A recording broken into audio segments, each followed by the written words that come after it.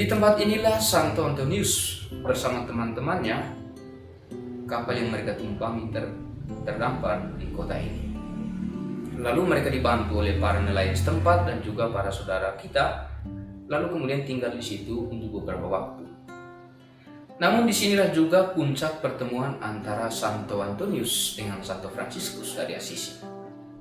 Menjelang Pentakosta pada bulan Mei pada tahun itu, Santo Fransiskus mengundang semua saudara untuk berkumpul di Assisi untuk mengadakan Kapitel General.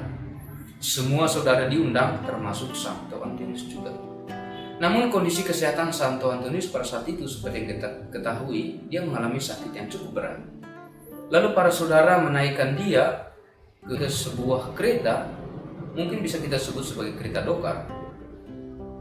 Dan mereka melakukan perjalanan dari Sisilia ke Assisi, dan dikatakan dalam sejarah itu bahwa saudara-saudara yang mendampinginya berjalan kaki sementara dia berada di atas kereta itu.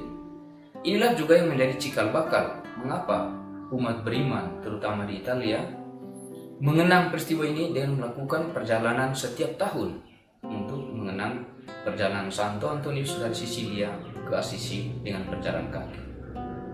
Setelah berpartisipasi dalam Kapitel General pada tahun 1221, Santo Antonius pergi ke sebuah pertapaan, namanya pertapaan Monte Paolo, di daerah Bologna. Selama kurang lebih 1 tahun, Santo Antonius berada di sana untuk mendedikasikan dirinya kepada hidup doa dan meditasi lainnya. Namun ada satu hal unik yang terjadi selama kurang lebih 1 tahun di sana, sebab Santo Antonius tidak mengenal satu saudara pun yang ada di komunitas itu. Demikian pun sebaliknya, semua saudara tidak mengenal dia. Namun hal ini bagi Antonius justru menguntungkan dirinya, karena dengan demikian mereka tidak perlu mengenal siapa dia sebelumnya. Jadi mereka juga tidak perlu mengenal bahwa Santo Antonius ini pernah menjadi orang hebat ketika masih menjadi anggota Ordo Agustinian dan juga perjalanan-perjalanan sejarah berikutnya. Jadi pada saat itulah Santo Antonius memulai hidup baru, memulai cara hidup yang baru bersama saudara-saudara di Monte Paolo, di pertapaan tersebut.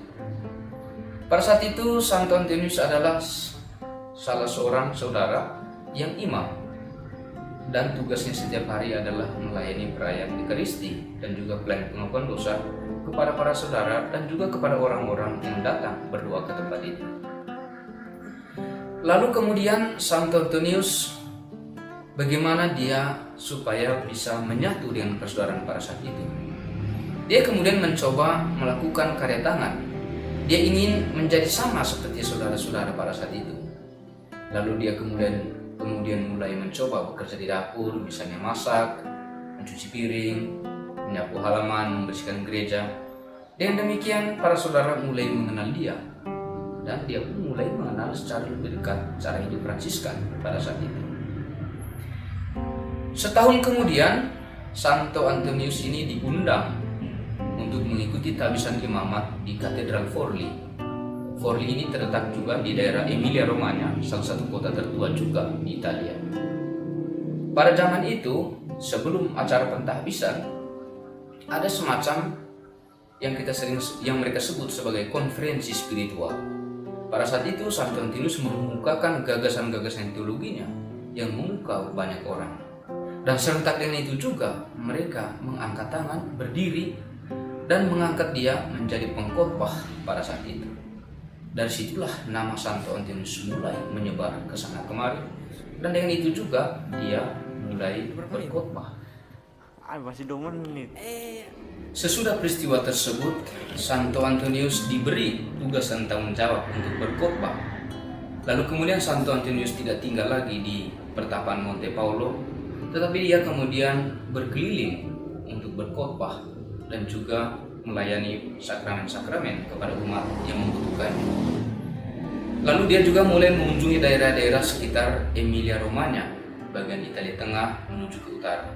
Dan salah satu daerah yang dikunjunginya adalah Rimini, yang sering kita dengar dan bahkan masih menyimpan monumen terkenal sampai sekarang ini. Santo Antonius ditugaskan di Rimini untuk berkhotbah, sebab di daerah Rimini pada saat itu banyak sekali kaum heretik dan proselit. Ketika Santo Antonius datang, mereka menertawakannya dan mereka meminta bukti apakah dia sungguh berkhotbah atas nama Injil atau hanya kata-katanya saja. Ketika Santo Antonius berkhotbah di Rimini, namun banyak orang tidak mendengarnya. Lalu kemudian Santo Antonius berkhotbah kepada ikan-ikan. Dan dalam tempo yang sesingkat itu, banyak sekali ikan-ikan datang melompat ke sana kemari dan dengan girangnya mendengar khotbah Santo Antonius. Dan monumen bersejarah ini tersimpan sampai sekarang. Dulu di Rimini ini ada sebuah gereja yang dibangun untuk mengenang kisah Santo Antonius berkhotbah kepada ikan-ikan dengan lukisan-lukisan yang begitu megah dan indah.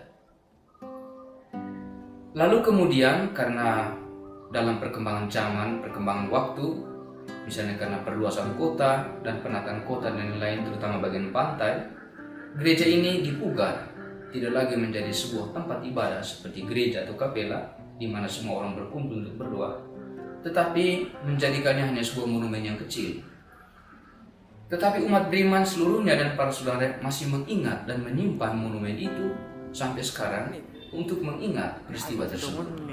Dan memang monumen itu berada persis di pesisir laut, sehingga sungguh meyakinkan juga bahwa ketika Santo Antonius berkhotbah di sana, banyak ikan-ikan yang memang dekat di situ yang melompat berkira mendengar khotbahnya. Berita tentang khotbah ini, keajaiban-keajaiban yang dilakukan oleh Antonius di Rimini terdengar juga sampai ke Assisi, ke telinga Santo Fransiskus. Disitulah pertama kali Santo Fransiskus memanggil Santo Antonius dan berkata kepadanya, "Saudaraku dan uskupku."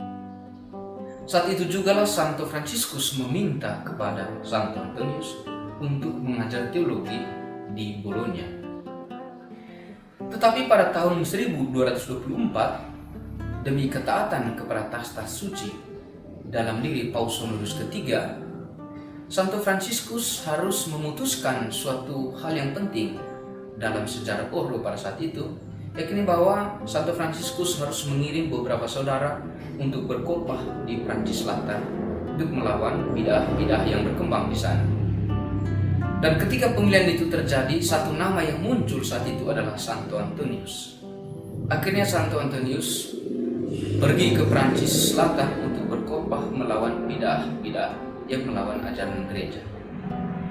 Dengan kemampuannya berbahasa lokal, Santo Antonius menciptakan keajaiban-keajaiban besar di sana.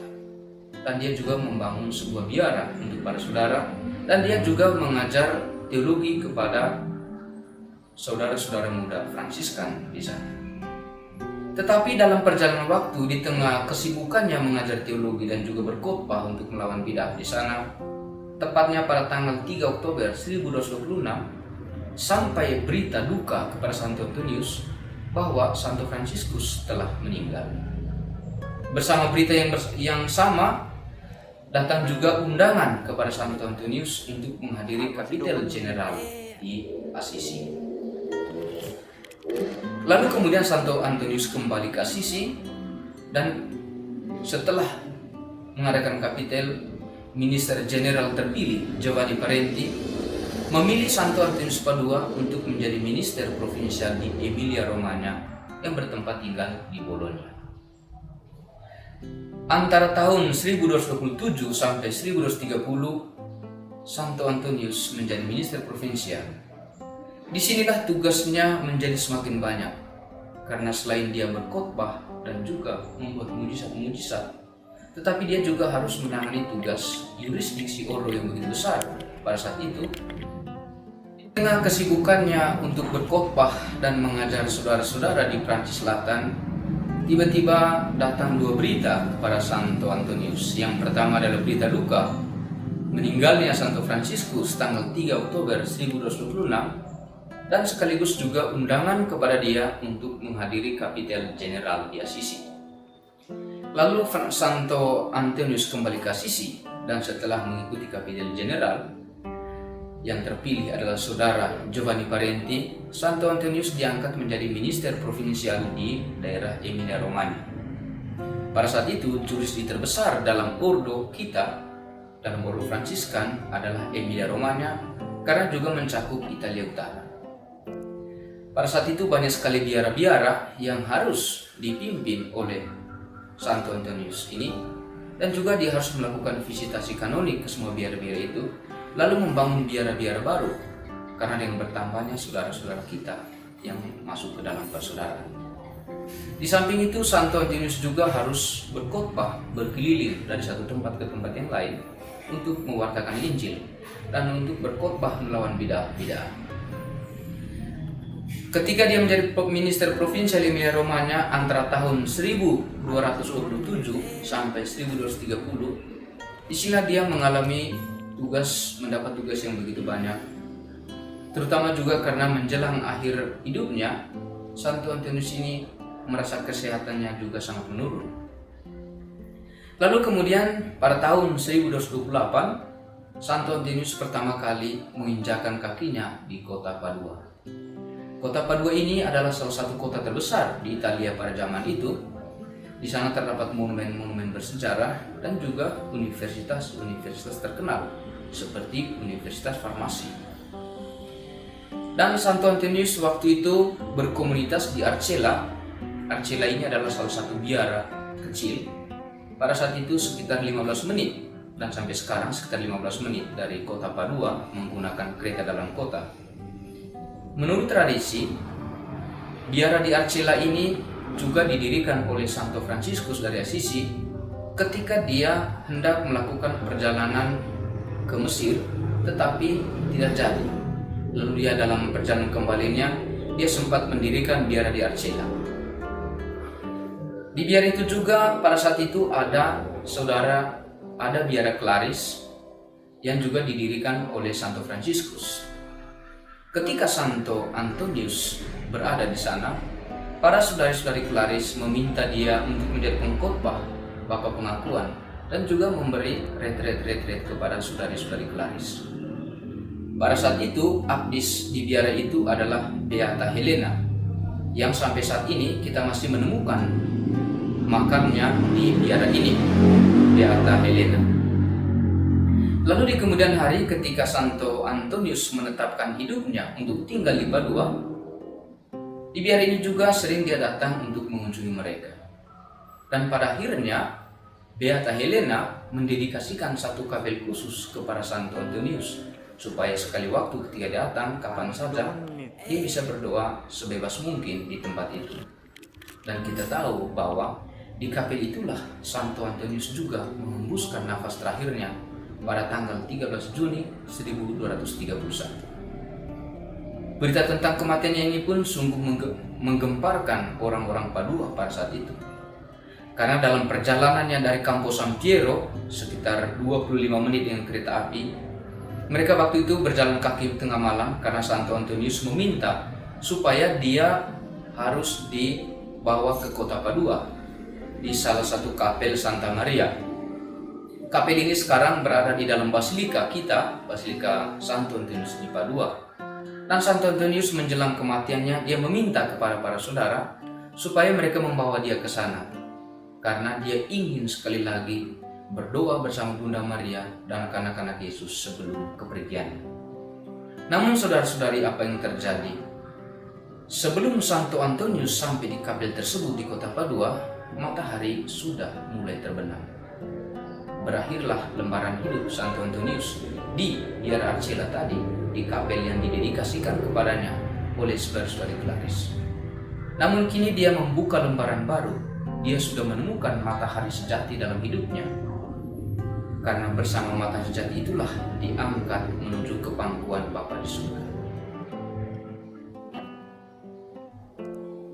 O Santo Antonius yang terberkati, pencinta alam semesta, pengkhotbah Injil sejati, dan bunga bakung sejati. Bangkitkanlah semangat iman dalam diri kami di tengah tantangan, godaan, untuk tetap mencintai Tuhan yang Kau abdi, untuk tetap berkorban mencintai Injil yang telah Engkau tunjukkan, sampai Engkau sendiri menghadap Dia yang telah memanggilmu. Amin.